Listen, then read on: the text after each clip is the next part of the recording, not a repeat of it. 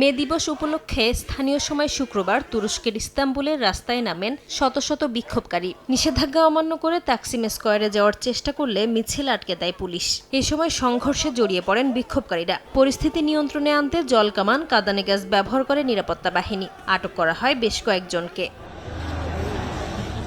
ফিলিপিন্সেও শ্রম দিবস উপলক্ষে আয়োজিত বিক্ষোভ কর্মসূচিতে পুলিশ বাধা দিলে রণক্ষেত্রে রূপ নেয় পরিস্থিতি।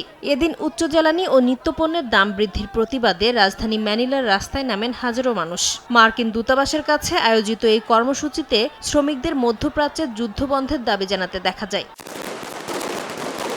স্পেনের রাজধানী মাদ্রিদে মে দিবস উপলক্ষে বিক্ষোভ করেন হাজারো মানুষ। মজুরি বৃদ্ধি, সাশ্রয়ী বাসস্থান ও শক্তিশালী শ্রম সুরক্ষার দাবি জানান তারা। পাশাপাশি মধ্যপ্রাচ্যের যুদ্ধ ও বাড়তে থাকা সামরিক ব্যয়ের বিরুদ্ধেও অবস্থানের কথা জানান তারা। গ্রিসের রাজধানী এথেন্সেও মে দিবস উপলক্ষে বিক্ষোভ সমাবেশ হয়েছে। মজুরি বৃদ্ধি, উন্নত কর্মপরিবেশ ও যুদ্ধবন্ধের দাবি জানান বিক্ষোভকারীরা। কর্মসূচিতে ফিলিস্তিনি পতাকা বহন করে অনেকেই মধ্যপ্রাচ্যের সংঘাতের বিরুদ্ধে অবস্থান নেন। পাশাপাশি যুদ্ধের কারণে জীবনযাত্রার ব্যয় বাড়ার অভিযোগ তোলেন। এছাড়া দক্ষিণ কোরিয়া, কিউবা সহ আরও অনেক দেশেই আন্তর্জাতিক শ্রম দিবস উপলক্ষে নানা কর্মসূচির আয়োজন করা হয়। নাসরিন রুমি, সময় সংবাদ।